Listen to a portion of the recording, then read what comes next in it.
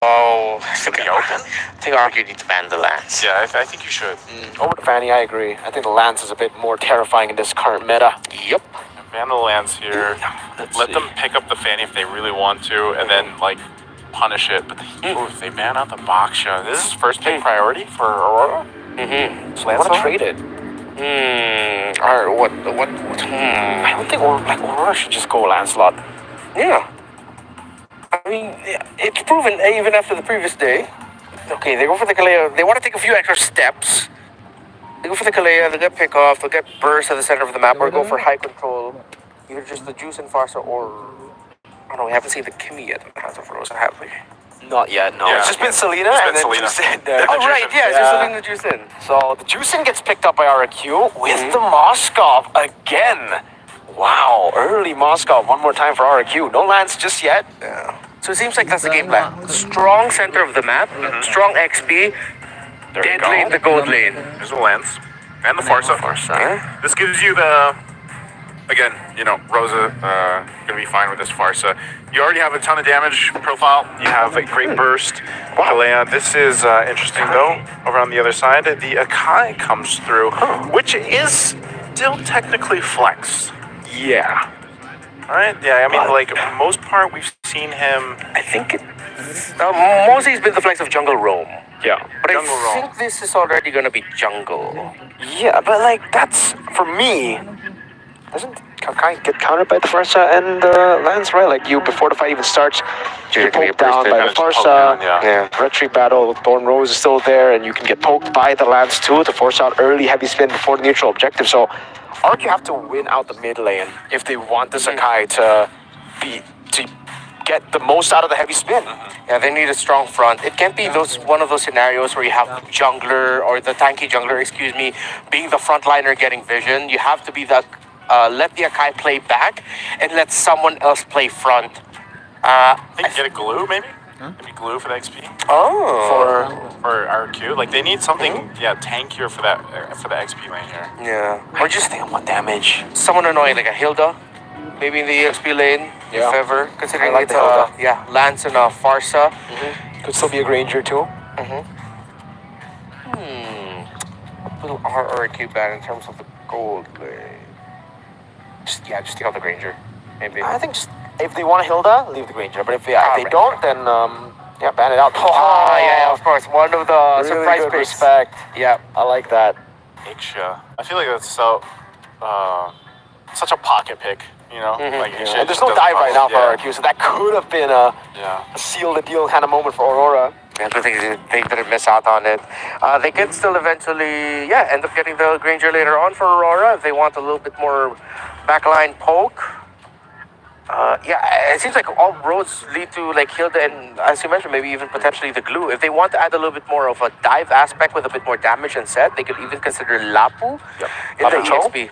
Yeah, Could still be another Cho Lapu end to the draft here. that Yeah, I too. think it's just a kind of decision. Like, do we want more damage to be able to also set things up, or do we want more kind of durability so the Akai just isn't the one that's kind of up in that front line and then taking the majority of that setup damage? I think safe choice would be the Cho first, and then Aurora decide to go like Lapu or something else. If Aurora do go Lapu, then RQ get Esmeralda, get that winning lane too. Yep. There it is.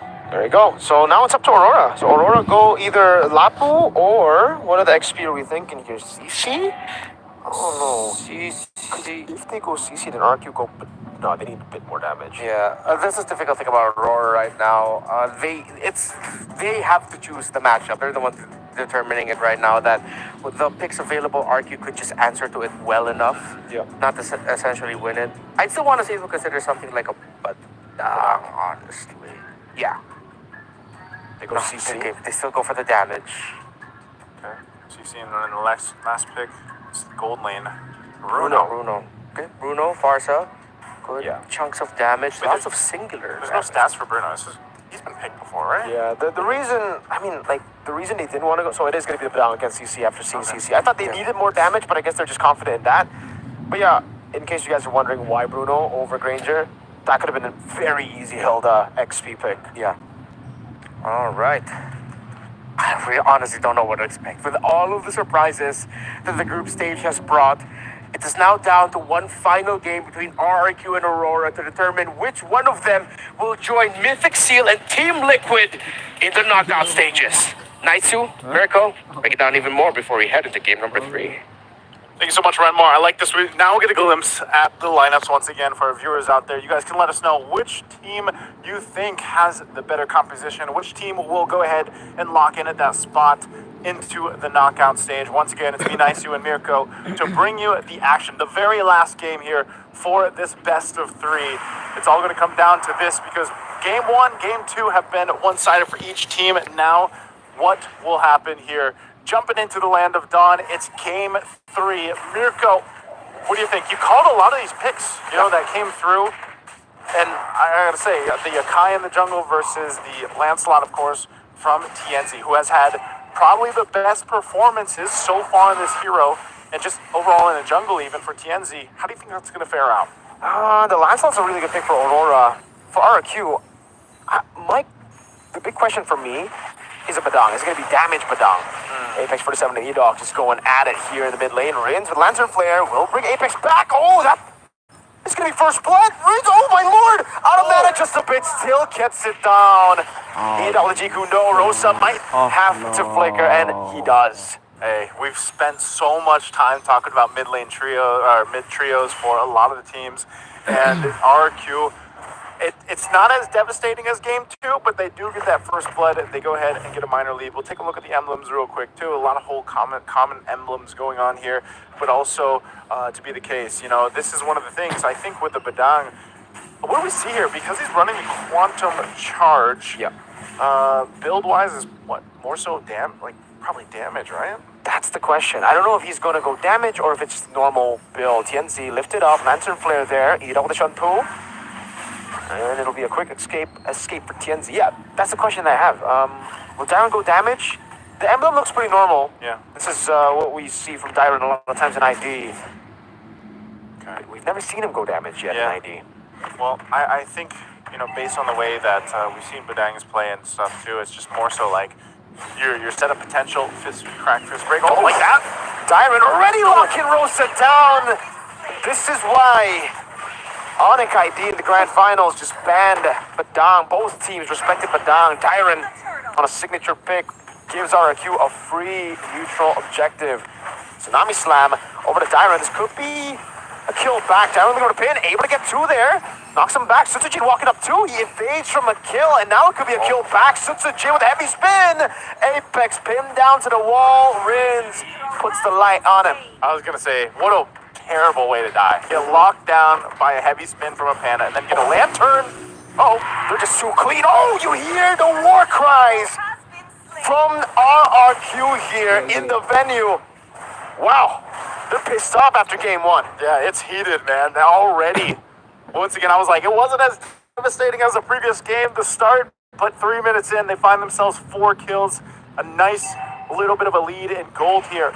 Susujin having a great start, 2-0 on an Akai. Yes, TNZ is going to be able to keep up, farming-wise, XP and everything else, but the composition, Tsunami Slam? E-Dog should fall. Sigiboom gets the kill. Good shot. Sigiboom gets the Haas Claws too. That's an attempt from Toy to steal the gold crab away. Yeah, I think this is going to have to be one of those cases, man, where, for Aurora Gaming, they got to rely on Sigiboom again to be able to pop off. He did get this early kill, that's going to be great, but Rosa has been having a hell of a time. Usually we're expecting in the early game, that Farsa to be the threat with this Feathered Airstrike. It was utilized, but that's something to be said. Even if a Farsa falls behind, one thing's for sure, a Feathered Airstrike is still a valuable ultimate to have, especially around objectives later on. So for RRQ, they try to maintain what they can. Edok does have that flicker available, and like we saw previously, expect them to go for the kicks. He's going to be pretty aggressive on this. And they're hyped up, man. Some other teams are hyped up too. I believe we just heard the next team will be competing in the next match. Go crazy in the back there, but RRQ, yes, still in control, but Aurora have done a really good job at just stopping the lead from being too crazy. Tsunami Slam, reading E-Dog's move. E-Dog's still going to be taken out by TNZ there as he constantly just dashes on the minions in the mid lane with a puncture. Well, remember Tyron with a big pin down there, but it's going to be a good escape as Rins is forced to use the Crimson Beacon. Dyron poked down as well. Aurora Gaming winning out Turtle to Toy. Just farming up top. Yep, good push from Toy. That's probably all they're going to get since this objective is going to be secured unless Susagen tries to get there. Oh, heavy spin baited out. There you go. Yes, so he did land. Tyron caught in the bad spot now. Lunar chasing him down. Turtle 2 free. Okay. Turtle 2's taken. It was work. There was a kick though. Lunar. That's going to be Apex jumping onto Sister Jin. Good curtain call on the Vengeance from Lunar to evade from a possible kill. Okay. All this in the past couple minutes, man, has brought that little bit of lead that RRQ had earlier on down to pretty much nothing. So you have equal objectives so far. RRQ, though, I feel like got some decent gold in the hands of Toy. He was able to go ahead and push up quite a bit into that. But still, it's a macro play. Wait. No, Bottom lane, a gank. Okay, Dyron survives. we got thrown off there, but yeah, Dyron's gonna be fine. He's still gonna stay though. Guess just to go ahead and grab this, clear this wave out, so it's not pushed in. But meanwhile, up top, Sigaboom been holding his own. He did have to pop the Purify, it looked like, for that. So still playing into that, and this is where we see both teams kind of get back into this settled position. Now they've traded objective. They've still working on the tier 1 turrets if they can, but ultimately they have to rely now on setup potential. Even looking at Aurora Gaming, they essentially have the same thing. The option of going in with the Omni Slam, we've seen it a lot from Apex 47, and that is going to be the exact play over here for RRQ. Now the other facet to that is Dyron has been the one that's very proactive on the dang to go ahead and set things up. So you've got a couple options here. There is some pushing, though, from Aurora, even up towards that tier 2 now. Yep. Good stuff from TNZ too on this Lancelot. So far, it's just been a trade, and I think for the trade, it's just equal here. Lunar has been getting a lot of free farm, but they got a turret up top, and they were able to enable Toy to get to his item power spikes a bit quicker as TNZ will invade here. The big question for RQ is damage, right? Another Tsunami Slam into the burst. Edok falling again. Sigaboom getting a second kill and a second item with the Berserker's Fury. Yeah, picks up a big item for him. Again, Bruno still one of those heroes that just needs maybe 3 items to go ahead and really be online. So now that he's got that little bit of extra damage, Dyron 1v1, Dyron with a flicker up. That's a Phantom Execution, dodging him for a Thorn Rose too. Sutsujin walking up. SOD, very close from landing. Sutsujin already with the Retribution, but has to respect this as Apex cuts him off. Good try on that the spear there, but not going to happen. TNC will make his way to the turtle. So this looks like it's just going to go in the hands of Aurora Gaming as Sutsujin is zoned out from Lunar. Yep. It's going to be a little bit too late to that, so TNC secures the turtle. Conceal used. They force the fight. Yep, that's a flicker over from Apex finding Edok again. The feather airstrike coming down as Apex gets lifted to the air by Rins, but there is no threat. Aurora 2K. Interesting, man. Like how the adjustment has come to play from Aurora. Just they held on. You know, they felt that the brute force from RRQ early on. They're like, man, we can't let this happen again. Having flashbacks of game 2, and they've adjusted. So they're playing into that whole Apex 47. It goes in for the pickoffs. We make that happen every single time it's available.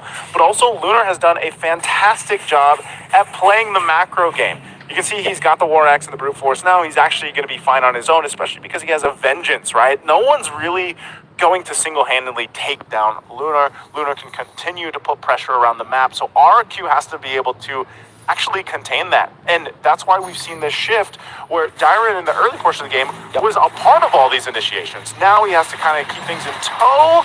The mid lane, though, Kenzi's going to take the purple buff. Look at this positioning here, though.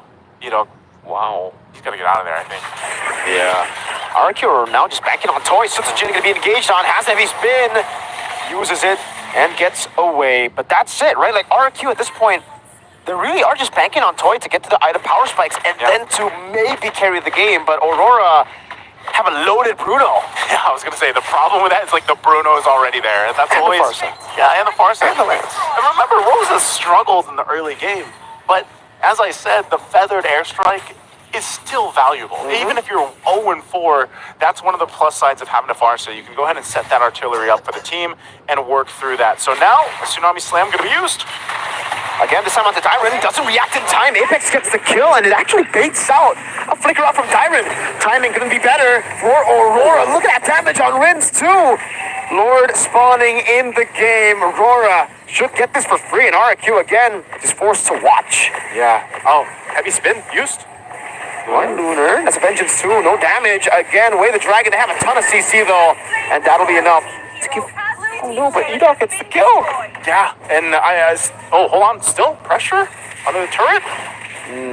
Gets a few shots in. Rin's still standing. TNZ. Oh no, that might have been a mistake. Oh, it's gonna cancel constantly, and Rins gets the kill. Are they?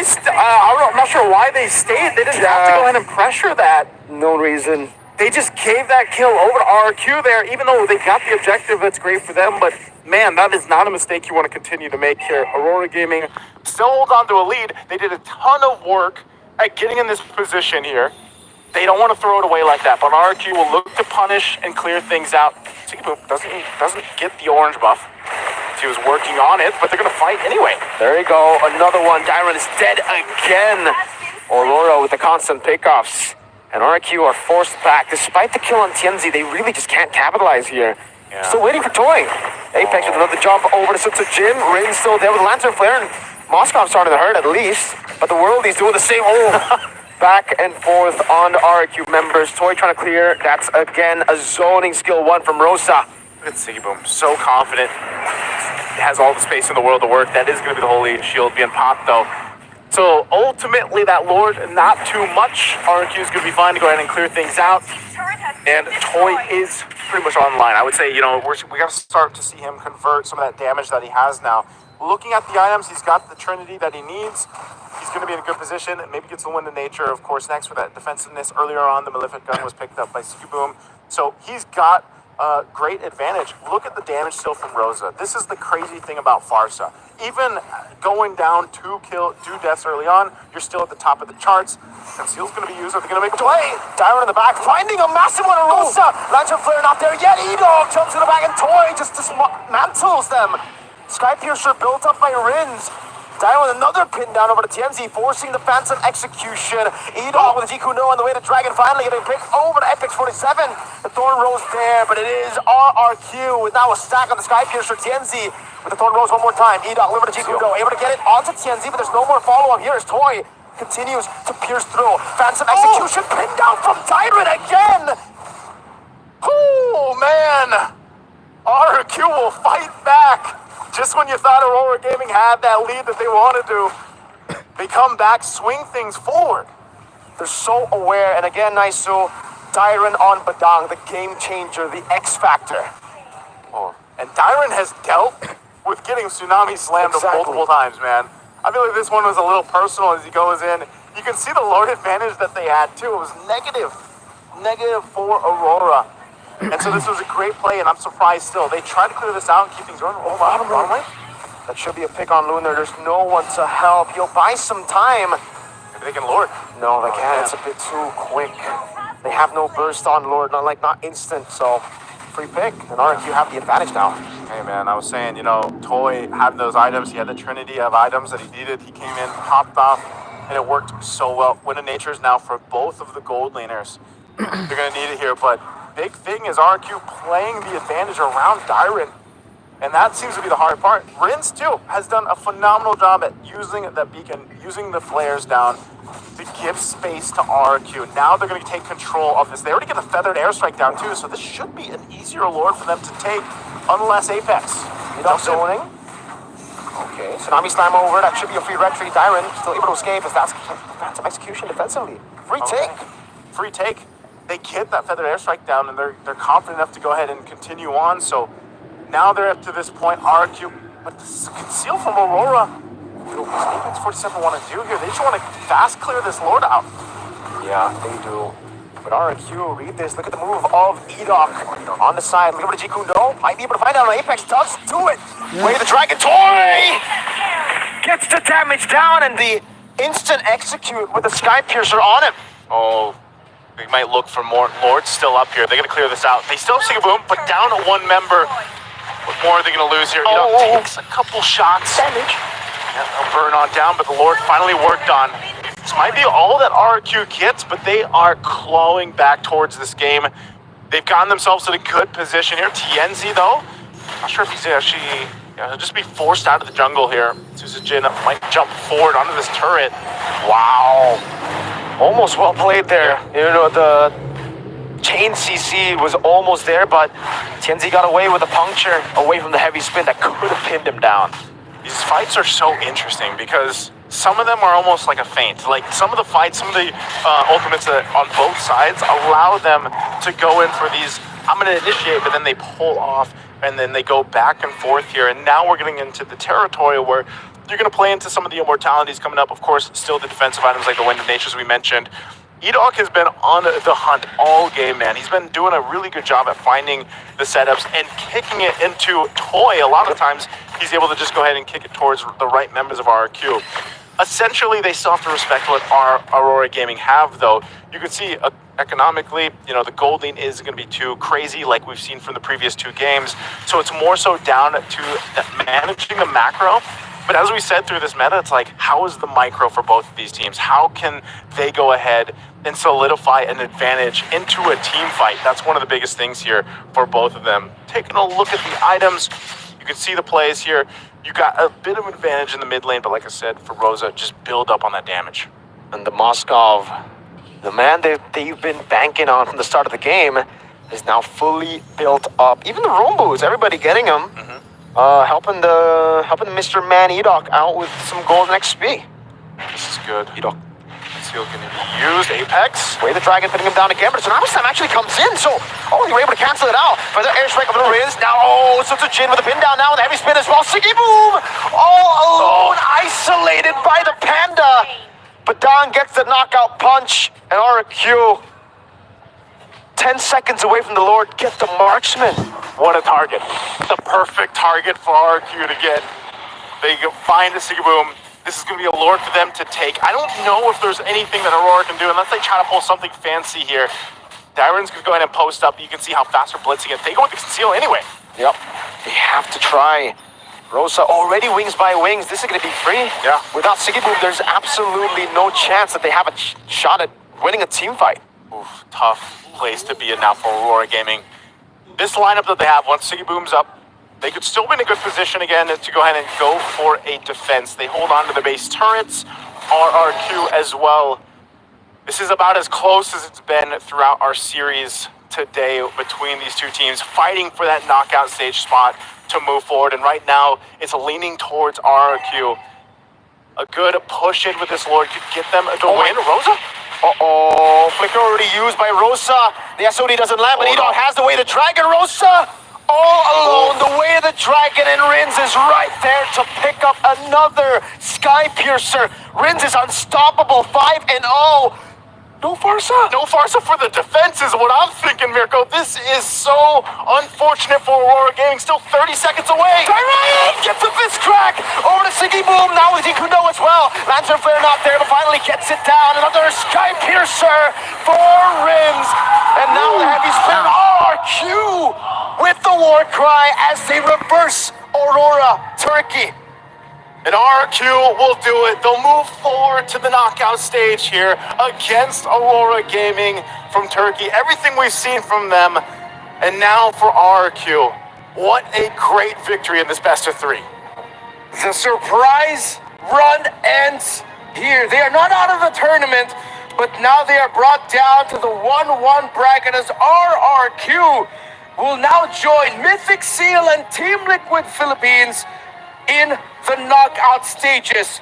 Through textbook and a slow download understanding of their opponents, they eventually were able to craft the perfect tempo-breaking, crowd control-heavy lineup to stop Aurora's crazy run.